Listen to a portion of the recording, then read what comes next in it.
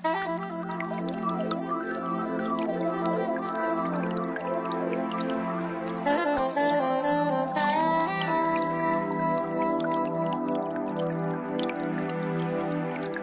is part of the natural physics of water and other fluids to always find their level and remain flat. If disturbed in any way, motion ensues until the flat level is resumed. If dammed up, then released, the nature of all liquids is to quickly flood outwards, taking the easiest course towards finding its new level.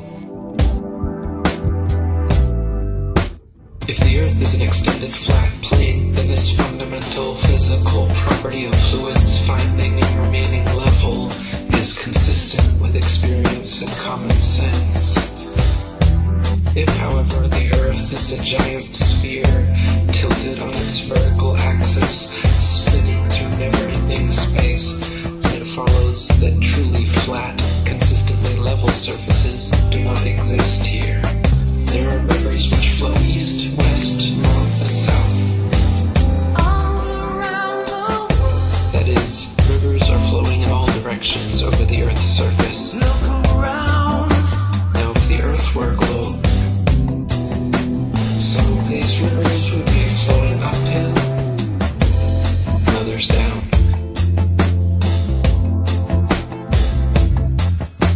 Some of these rivers would be flowing uphill,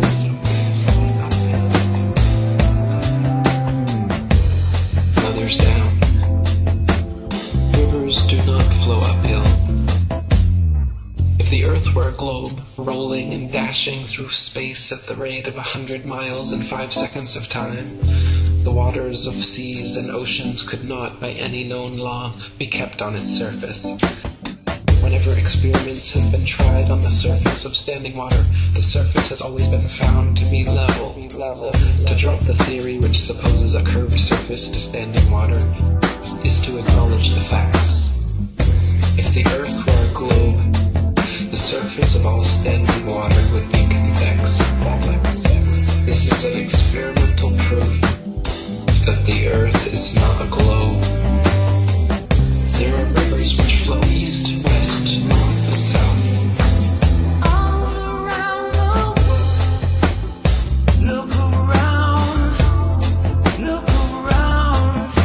Now, if the Earth were a globe, some of these rivers would be flowing uphill, and others down.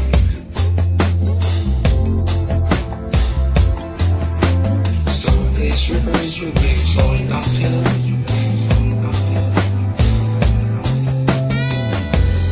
others down.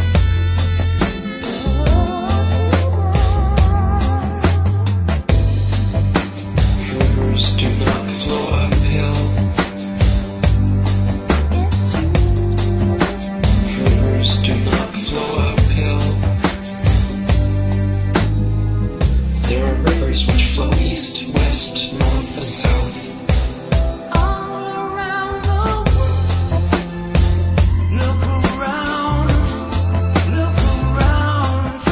Now, if the Earth were a globe, some of these rivers would be flowing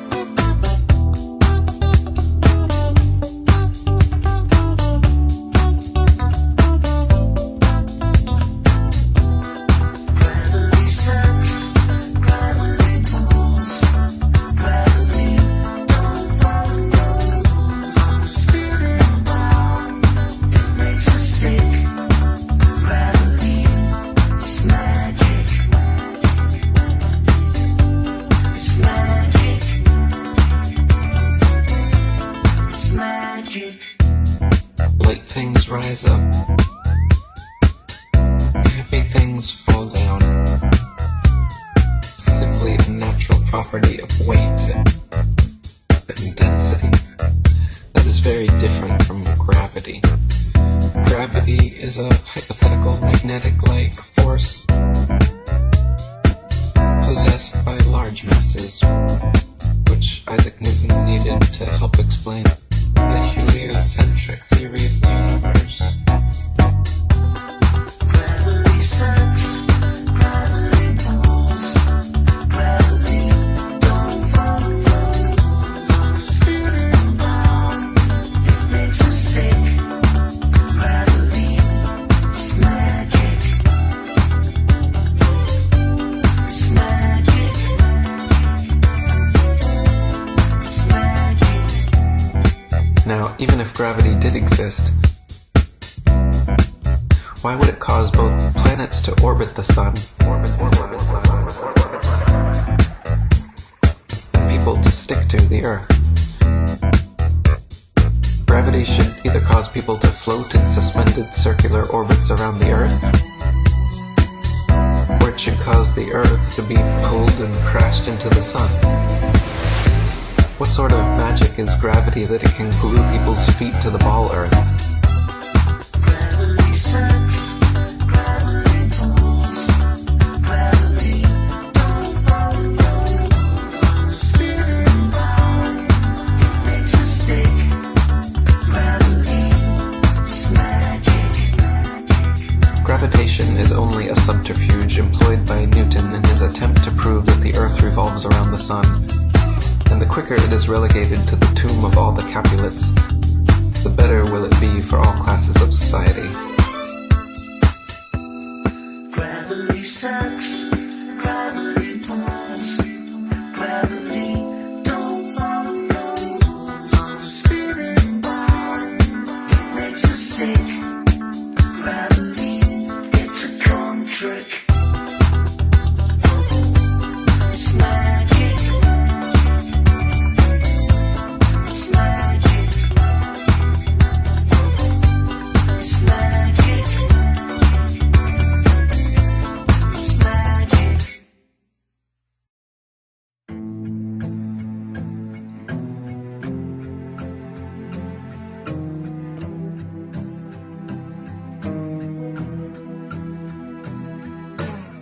I confess that I cannot imagine how any human being in his proper senses can believe that the sun is stationary when, with his own eyes, he sees it revolving around the heavens, nor how he can believe that the earth on which he stands is whirling with the speed of lightning around the sun when he feels not the slightest motion.